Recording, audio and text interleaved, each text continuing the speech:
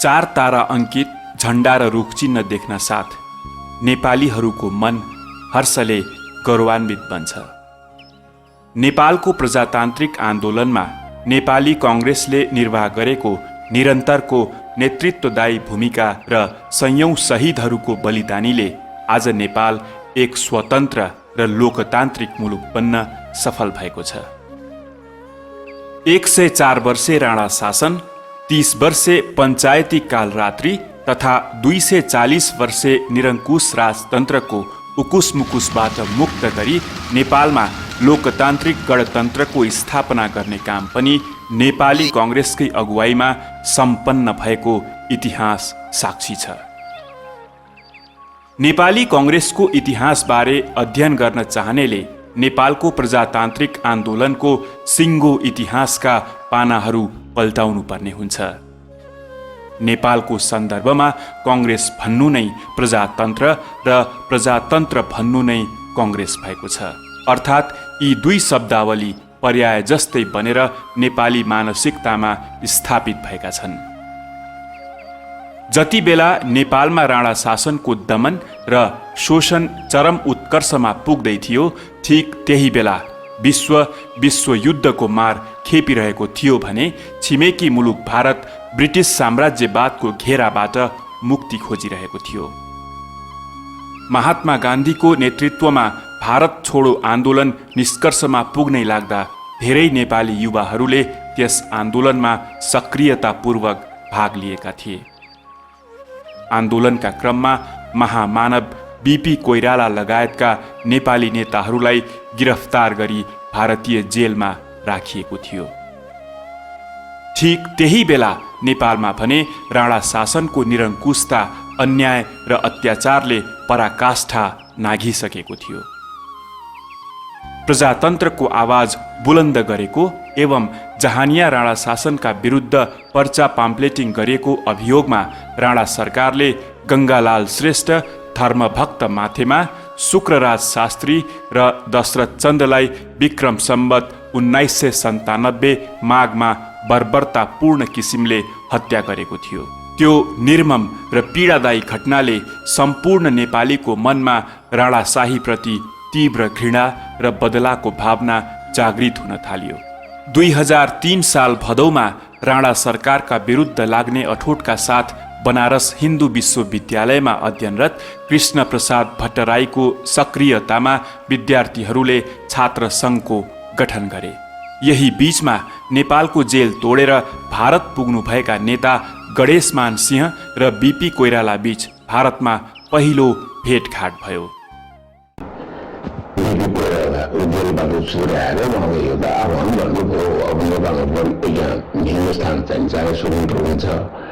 र हामीले गर्ने अब नेपालमा भने प्रजातन्त्रको निम्ति अब हामीले पनि स्ट्रगल गर्नुपर्छ र त्यसका मान्छे जो मेरो कुरासँग सहमत छन् तिनीहरू या त मलाई बोलाओस् आफ्नो क्षेत्रमा आफ्नो ठाउँमा, या होइन भने मलाई ब्याङ्कबाट पटनामा आएर भेट्नु। मैले उहाँ 42मा जेलबाट निक्लेपछि उहाँको वक्तव्य निक्ल्यो। त्यो वक्तव्यको आधारमा उहाँसँग मेरो भेट भयो। यही पृष्ठभूमिमा नेपाल र भारतमा रहेका प्रजातन्त्रवादी नेपालीहरूलाई एकीकृत गरेर बीपी कोइरालाले 2003 माघ 12 गते नेपाली राष्ट्रिय कांग्रेसको स्थापना गर्नुभयो। नेपालमा राणा शासकहरूले जनतामाथि जति दमन बढाउँदै गए त्यति नै नेपालीहरू राणा तानाशाही विरुद्ध आन्दोलित बन्दै गए। राणा सरकारको मुटु नै थर्काउने गरी 2003 साल फागुनमा गिरिजा प्रसाद कोइराला, तारिणी प्रसाद कोइरालाको नेतृत्वमा विराटनगरमा मजदुर आन्दोलन भयो। त्यही क्रममा बीपी कोइराला नेपाल फर्किनुभयो। उक्त आन्दोलनमा राणाहरूले हस्तक्षेप गरी बीपी कोइराला, गिरिजा प्रसाद कोइराला, तारिणी प्रसाद कोइरालालाई गिरफ्तार गरी काठमाडौँ ल्यायो। साथै बीपी कोइरालाका आमा, बहिनी लगायत सम्पूर्ण परिवारलाई पनि आन्दोलनको क्रममा गिरफ्तार गरियो। यस कदमका विरुद्ध नेताहरूको रिहाइका लागि नेपाली राष्ट्रिय कङ्ग्रेसले 2004 वैशाख 1 गतेबाट सत्याग्रह गर्ने निर्णय गर्यो। सत्याग्रहले देशैभरि विशाल रूप लियो। राजधानीमा झनै आन्दोलन चर्कियो। सयौं आन्दोलनकारीहरूलाई गिरफ्तार गरियो। तर राणाहरूमाथि चर्को दबाव पर्न थालेपछि बीपीलाई जेल मुक्त गर्न राणा शासक बाध्य बन्यो। एकतन्त्रीय शासनको पन्जाभित्र गुम्सिएका विद्यार्थीहरूले 2004 साल असारमा जयतु संस्कृतम भन्ने नाराका साथ संस्कृत पाठशालामा हडताल गरे। यही बीचमा 2004 माघमा नेपाली राष्ट्रिय कङ्ग्रेसको दोस्रो महाधिवेशन सम्पन्न भयो। महाधिवेशनले बीपी कोइरालालाई पार्टी सभापतिमा निर्वाचित गर्यो। 2005 मङ्सिर 28 गते भूमिगत रूपमा काठमाडौँमा रहेको बेला बीपीलाई पुनः गिरफ्तार गरी अत्यन्त कष्टपूर्ण तरिकाले उहाँलाई जेलमा राखियो। बीपी जेलमा रहेको बेला 2005 फागुन 18, 19 र 20मा पार्टीको तेस्रो महाधिवेशनले मातृका प्रसाद कोइरालालाई पार्टी सभापतिमा निर्वाचित गर्यो।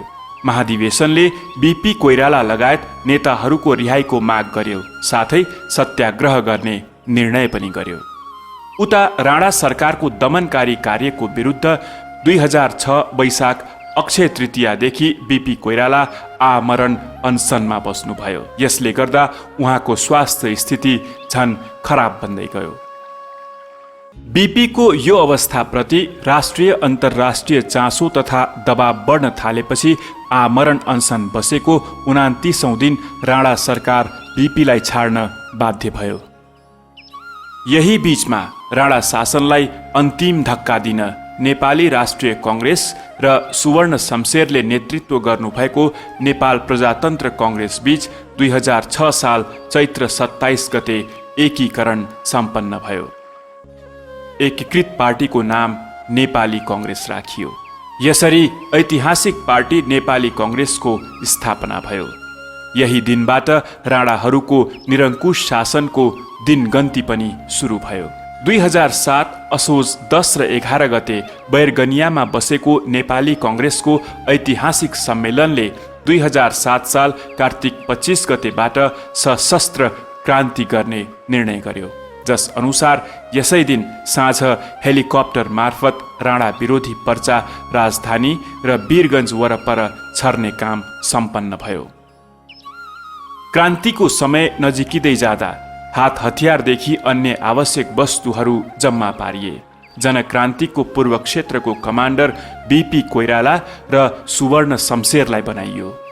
पश्चिमको नेतृत्व सूर्य प्रसाद उपाध्याय र उपत्यकाको नेतृत्व गणेशमान सिंहले गर्ने निर्णय पनि भयो। क्रान्तिको समय नजिकिँदै जाँदा राणाहरूको पिञ्जडामा बन्दी भएका राजा त्रिभुवन दरबार छाडेर भारतीय दूतावासमा पुगे, जसका कारण नेपालको राजनीतिले नयाँ मोड लिँदै अगाडि बढ्यो। तर आन्दोलन रोकिएन। राणा शासनको अन्त्येष्टिका लागि नेपाली कङ्ग्रेसको नेतृत्वमा देशभरि आन्दोलनको आगो दन्कियो। कार्तिक 26 गते वीरगञ्ज कब्जा भयो। यस क्रममा थिरबम मल्ल शहीद बन्नुभयो। पौष 8 गते पूर्ण रूपमा विराटनगर कब्जा भयो। नेपालका मेची महाकालीका धेरै जिल्ला नेपाली कङ्ग्रेसको कब्जामा आए।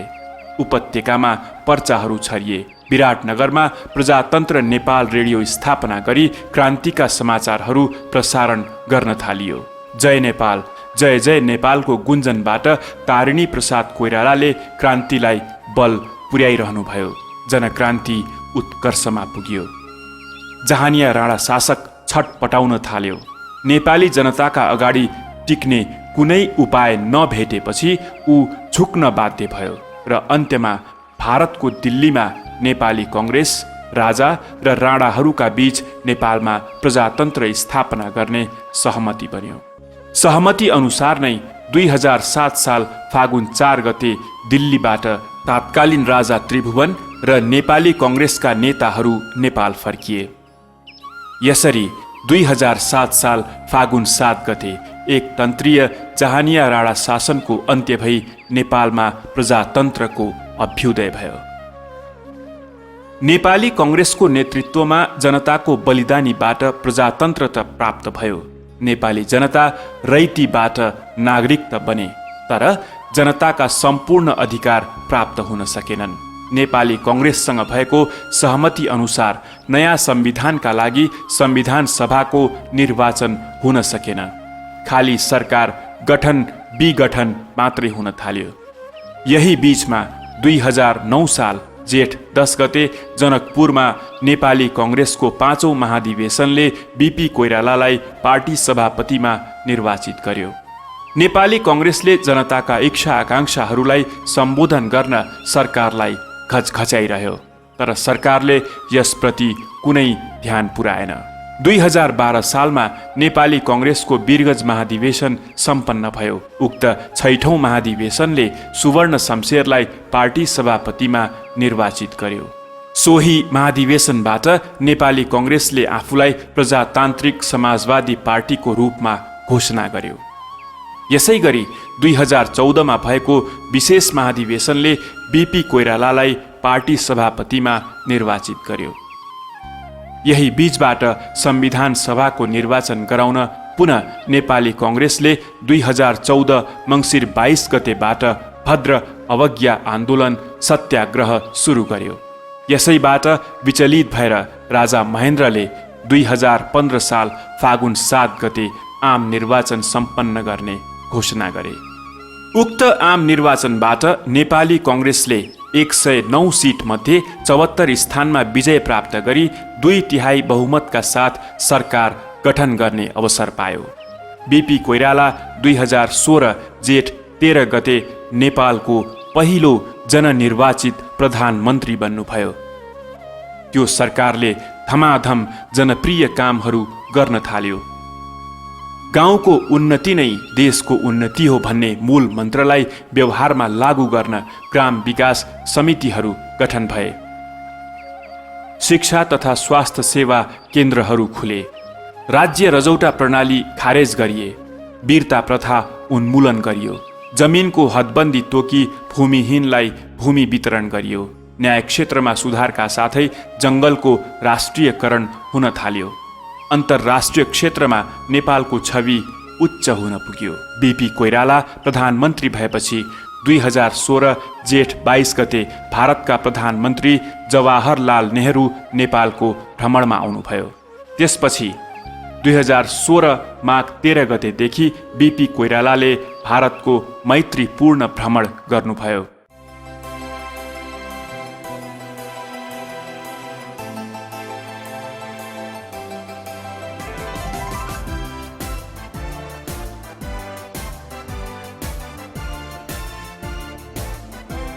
यसपछि अर्को छिमेकी देश चीनमा तात्कालीन प्रधानमन्त्री चाउ एन लाईको मैत्रीपूर्ण निमन्त्रणामा बीपीले 2016 फागुन 23 गतेदेखि चीनको भ्रमण गर्नुभयो।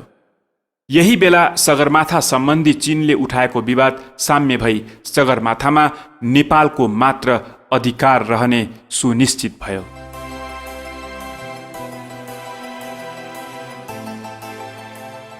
यही बीचमा 2017 वैशाख 25 देखि 30 सम्म काठमाडौँ लक्ष्मी निवासमा नेपाली कङ्ग्रेसको 7औं महाधिवेशन सम्पन्न भयो। महाधिवेशनले बीपी कोइरालालाई पार्टी सभापतिमा पुनः निर्वाचित गर्यो। प्रधानमन्त्री बीपी कोइरालाको निमन्त्रणामा 2017 वैशाख 14 गते चीनका प्रधानमन्त्री चाउ एन लाई नेपाल भ्रमणमा आउनुभयो। नेपालमा पहिलो पटक 2016 असार 30 गते त्रिभुवन विश्वविद्यालयको स्थापना भयो। यसरी सरकार विभिन्न जनप्रिय कार्यहरूले जनताका बीच लोकप्रिय बन्दै गइरहेको थियो। तर विकास, लोकतन्त्र र जनताका विरोधीहरूलाई यो कार्य मन परिरहेको थिएन। ठीक यही बेला राजा महेन्द्रले जनताको भावना बुझ्ने नाममा देशका विभिन्न ठाउँ डुलेर षड्यन्त्रका ताना बाना बुन्न थाले। नेपाली आकाशमाथि कालो बादल मडारिन थाल्यो। 2017 साल पुस 1 गते थापाथलीमा आयोजित तरुण दलको अधिवेशन उद्घाटन गर्न पुग्नु भएका बेला प्रधानमन्त्री बीपी कोइराला, गणेशमान सिंह, कृष्ण प्रसाद भट्टराई लगायतका नेताहरूलाई गिरफ्तार गरेर राजा महेन्द्रले जननिर्वाचित सरकार र संसद विघटन गरे। फेरि मुलुकमा शाही निरङ्कुशता लादियो। इतिहासमा त्यो दिन नेपाली जनताका लागि कालो दिनको रूपमा रहिआएको छ। यसपछि नेपालमा विकासका ढोकाहरू बन्द हुन थाले। खाली केही मुठ्ठीभर मानिसहरूले देशको ढुकुटीमाथि ब्रह्मलुट गरे। विभिन्न झुठा मुद्दाहरूमा नेपाली कङ्ग्रेसका सयौं नेता कार्यकर्तालाई जेल चलान गरी यातना दिने काम भयो। बीपी लगायतका नेताहरूलाई सुन्दरीजल स्थित जेलमा राखियो। निरङ्कुश सरकारले नेपाली कङ्ग्रेसका नेताहरूलाई बन्दी बनाए पनि प्रजातन्त्रको विचारलाई कैद गर्न सक्ने ताकत उसमा भएन। जनताको अधिकारका लागि फेरि पनि कङ्ग्रेसले आवाज बुलन्द बनाइराख्यो।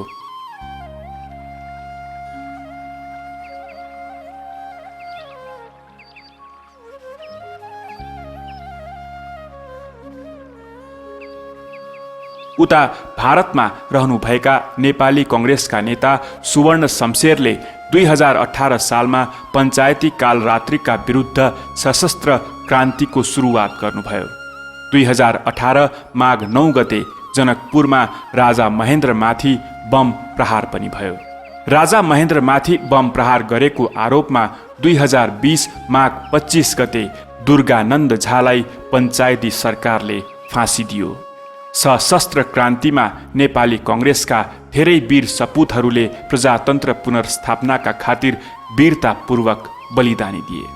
झण्डै 8 वर्षको लामो जेल जीवनबाट बीपी कोइराला र गणेशमान सिंहले 2025 कार्तिकमा मुक्ति पाउनुभयो।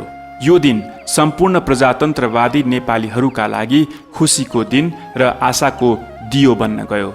आफ्नो बिग्रिएको स्वास्थ्य उपचारका लागि तत्कालै भारत गएर पुनः बीपीले जनताका अधिकारका लागि लडाईँ जारी राख्नुभयो। यही बीचमा नेपालमा विद्यार्थी हक हित र प्रजातन्त्रका लागि नेता कृष्ण प्रसाद भट्टराईको प्रमुख आतिथ्यमा 2027 वैशाख 6 गते नेपाल विद्यार्थी सङ्घको स्थापना भयो, जसले आम विद्यार्थीहरूलाई सङ्गठित भएर पञ्चायती अत्याचारका विरुद्ध लड्न उत्प्रेरित गरिरह्यो। यही बीचमा 2022 देखि 2030 सालसम्म नेपाली कङ्ग्रेसका नेताहरू तेजबहादुर अमात्य, योगेन्द्रमान शेरचन, दिवान सिंह राई, सरोज कोइरालालाई पञ्चायती सरकारले हत्या गर्यो। पञ्चायती निरङ्कुशताको विरुद्ध नेपाली कङ्ग्रेसले पुनः सशस्त्र सङ्घर्ष गर्यो। 2030 जेठ 28 गते नेपाली कङ्ग्रेसले विमान अपहरण पनि गर्यो। 2030 चैत्रमा राजा वीरेन्द्रलाई बम प्रहार गरेको अभियोगमा भीम नारायण श्रेष्ठलाई गिरफ्तार गरियो। यही बीचमा हरिपुर, मलङ्गवा, दाङ, मटिहानी काण्ड घट्न पुग्यो। बीपी कोइराला प्रवासमा रहेकै बेला 2031 साल मङ्सिर मसान्तमा टिमुर बोटे काण्ड घट्यो, जुन घटनामा नेपाली कङ्ग्रेसका होनहार वीरहरूले आफ्नो ज्यानको बलि चढाए प्रजातन्त्रकै खातिर। राम, लक्ष्मण, पेशल, महेश लगायत 50 भन्दा